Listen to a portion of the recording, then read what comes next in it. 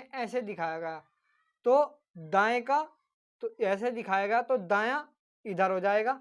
आप सभी को पता है दायां हाथ आपका कौन सा होता है, दायां हाथ हमारा सीधा होता है। ठीक है दोस्तों, दायां सीधा होता है और हमारा बायां उल्टा हाथ होता है। ठीक है दोस्तों, यानी राइट और लेफ्ट। ठीक है दोस्तों। दोस्तों अगर कोई छात्र नया है प्लीज सब्सक्राइब कर ले, लाइक करे और शेयर करे। धन्यवाद। दोस्तों आज हम आपके लिए मिरर यानी दर्पण के बारे में बात करेंगे। आज हम रीजनिंग का काफ़ी महत्वपूर्ण चैप्टर लेकर आए हैं। आप सभी को पता है कि 1 या 2 नंबर का एग्जाम में आता है। दोस्तों आज का टॉपिक है दर्पण। आप सभी को पता है दर्पण 2 प्रकार के होते हैं जो मोस्टली यूज होता है। एक तो उत्तल दर्पण और एक आपका समतल दर्पण। वैसे तो 3-4 प्रकार के जो है दर्पण होते हैं, उत्तल दर्पण, समतल दर्पण, ठीक है दोस्तों, और आपका जो है उभय उत्तल यानी अवतल दर्पण।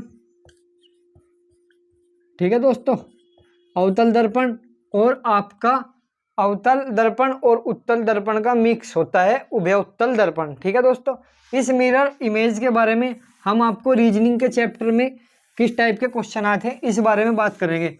आप सभी को पता है कि किसी घड़ी या समय को ज्ञात करने के लिए दर्पण प्रतिबिंब हमें ज्ञात होना जरूरी है। प्रतिबिंब 2 प्रकार के होते हैं। एक तो दोस्तों दर्पण प्रतिबिंब होता है, दर्पण प्रतिबिंब। ठीक है दोस्तों, दर्पण प्रतिबिंब, और एक आपका होता है जल प्रतिबिंब।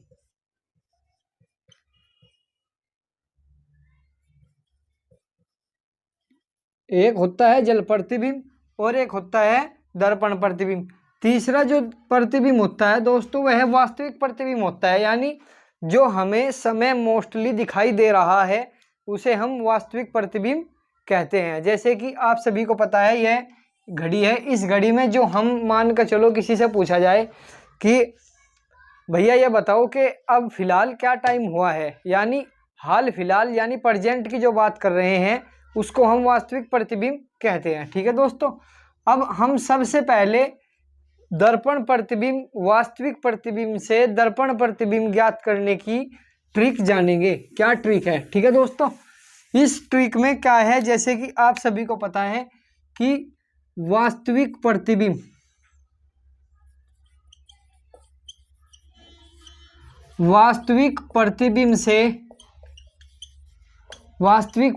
से दर्पण प्रतिबिंब वास्तविक प्रतिबिंब से दर्पण प्रतिबिंब ज्ञात करने की क्या ट्रिक है। आप सभी को पता है कि यदि समय 10:15 हुए हैं, यदि समय 10:15 हुआ है तो इसका वास्तविक प्रतिबिंब बताओ। यानी यदि दर्पण में यह समय हुआ है तो वास्तविक प्रतिबिंब ज्ञात करो। ठीक है दोस्तों, अब हम इसे कैसे ज्ञात करेंगे? इसे ज्ञात करने के लिए एक सीधा सा फॉर्मूला है, आप सभी को इसका ध्यान रखना है कि 1160। ठीक है दोस्तों, यानी 1160 में से हम घटाएंगे यदि 12 से कम है। यानी आप सभी को पता है कि 24 घंटे में 24 घंटे होते हैं, यानी एक दिन में आप सभी को पता है 24 घंटे होते हैं। यानी 12 से संख्या ऊपर जाते ही, यानी मान कर चलो कुछ घड़ी में आपने देखा होगा कि समय किसी में 12 AM दिया होता है, किसी में 24 AM दिया होता है। यानी अगर आपको 24 घंटे की सीरीज चलानी है तो वह 13, 14, 15, 16, 17 मान कर चलो किसी से पूछा जाए कि ये बताओ कि अब फिलहाल 12:10 हुए हैं, तो आप नॉर्मली ही टाइम बता दोगे कि 12:24 हुए हैं। ठीक है दोस्तों, और यदि हमसे कहा जाए कि 14:20 हुए हैं तो हम उस समय को क्या कहेंगे? 14:20 का मतलब क्या है? 2:20। ठीक है दोस्तों, 2:20 यानी 12 से जो समय काउंट होता है, यानी 12 से आगे की जो सीरीज काउंट होती है वह 1 से शुरू होती है। 1 2 यानी 12 को हम 12 कहेंगे, 1 को कहेंगे 13, 2 को कहेंगे 14 और 3 को कहेंगे हम 15। ठीक है दोस्तों, और हम इस समय को ज्ञात करने की बात चल रही थी। ये जो है दोस्तों बेसिक बताना भी जरूरी है कि किस सीरीज में क्या है। अब हमसे कहा गया कि 10:15 का वास्तविक प्रतिबिंब बताओ। तो यदि 11:60 में से घटाएंगे, ठीक है, यदि समय 13:20 कहे, वास्तविक प्रतिबिंब दे दिया हमें 13:20 है, तो इसका दर्पण प्रतिबिंब बताओ या वास्तविक प्रतिबिंब बताओ। तो 13:20 को हम हमेशा 23:60 में से घटाएंगे। ठीक है दोस्तों, किस में से घटाएंगे? 23:60 में से। 11:60 में से किसे घटाएंगे? जो 12 से कम है, यानी जो 12 से कम घंटे हैं उसे हम 11:60 में से घटाएंगे, और जो 12 से अधिक है उसको हम 13:20 में से घटाएंगे। ठीक है दोस्तों, अब हम क्वेश्चन की बात करते हैं, सीधा क्वेश्चन की बात करते हैं। हमने यहाँ पे लिख दिया 11:60 और यहाँ पे लिख दिया हमने 23:60, यानी 11:60, 23:60। ठीक है दोस्तों, ये तो है घंटे और ये है आपकी इधर 60 जो है मिनट है। ठीक है, अब 10:15 को हम 11:60 में से घटाएंगे। 11:60 में से घटाने पर आप बताओ कि क्या शेष बचेगा? 11:60 में से घटाने पर क्या बचेगा? 60 में से 15 गए, कितने बचे? 45। ठीक है, और 11 में से 10 गए 1, यानी 1:45 पर आपका वास्तविक प्रतिबिंब होगा। ठीक है दोस्तों, और दूसरी बात, यदि हमसे कहा जाए कि 5:20 का सही समय यानी वास्तविक प्रतिबिंब ज्ञात करो। यदि किसी दर्पण में 5:20 हुए हैं तो सही प्रतिबिंब ज्ञात करने के लिए क्या करना होगा? हमें 11:60 में से 5:20 को घटाएंगे, यानी 40 तो ये बचेगा, और 40 11, यानी 11 में से 5 जाने के बाद आप सभी को पता है कि 6 बचेंगे, यानी 6:40 हुए। ठीक है दोस्तों, ये तो हुई दर्पण की बात, यानी दर्पण प्रतिबिंब ज्ञात करने के लिए वास्तविक समय का दर्पण प्रतिबिंब और दर्पण प्रतिबिंब का वास्तविक समय। ठीक है दोस्तों, यदि इसके बारे में पूछा जाए तो 11:60 और 23:60 को आपको ध्यान रखना है। ठीक है, अब हम बात करेंगे किसकी? अब हम बात करेंगे जल प्रतिबिंब की। ठीक है, अब हम बात करेंगे जल प्रतिबिंब की। जल प्रतिबिंब आपको क्या दिखाएगा? आपको पता है कि आकृति के भी क्वेश्चन आते हैं और ये घड़ी वाले भी क्वेश्चन आते हैं, यानी समय दे देंगे आपको और तो वास्तविक प्रतिबिंब ज्ञात करो। अब आपका आएगा जल प्रतिबिंब।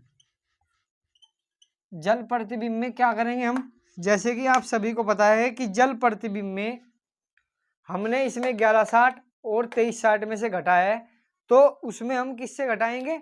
18:30 और 17:90 में से घटाएंगे।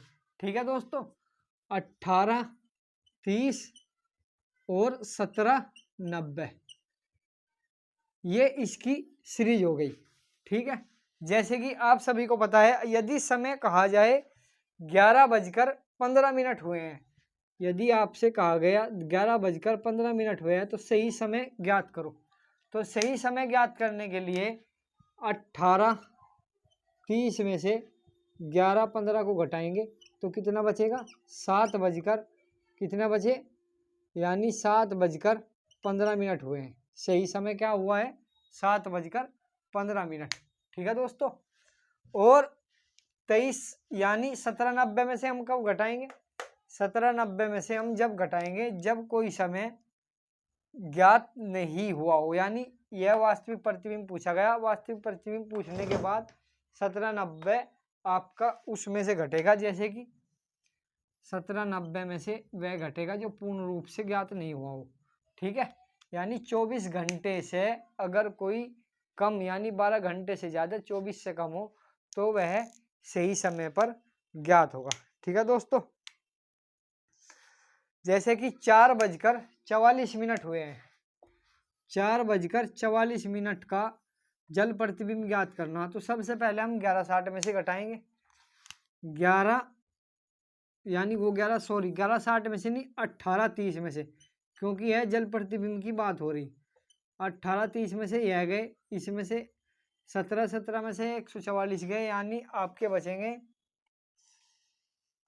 130। इधर से एक हमने हासिल ले लिया। ठीक है दोस्तों, 130 यानी 10 में से 4 जाके कितना बचा 6, 12 में से 4 जाकर कितना बचा 8। ठीक है दोस्तों, अब 17 में से 4 जाकर कितना बचा 13, 13 और 4 17। अब इस समय को कैसे ज्ञात करेंगे, ये 18:30 का आ गया। अब 18:30 में से हम 23:86 में से हम 18:30 यानी 17:90 में से घटाएंगे।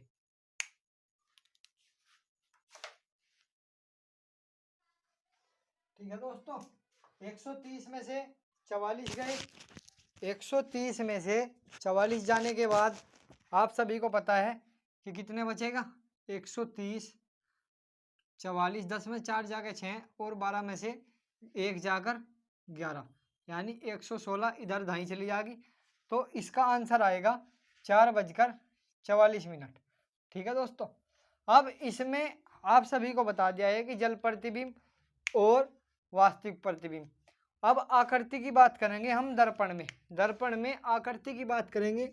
आकृति में क्या प्रोसीजर होता है, आप सभी को पता है कि यदि आकृति इस तरफ है, यानी दर्पण है ये आपका दर्पण हो गया। इस दर्पण में यदि, यानी अगर हम किसी आकृति को दर्पण में दिखा दिया जाए इधर से, तो दाईं तरफ को चेंज होगी। हमेशा दर्पण प्रतिबिंब दाईं तरफ को बदलेगा, और जल प्रतिबिंब जो है ऊपर से नीचे की तरफ को बदलेगा, या नीचे से ऊपर की तरफ को बदलेगा।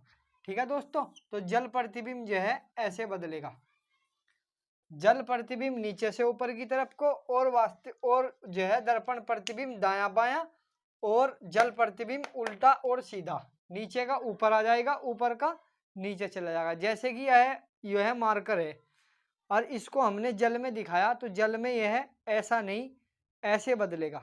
ठीक है दोस्तों, यानी उल्टा हो जाएगा।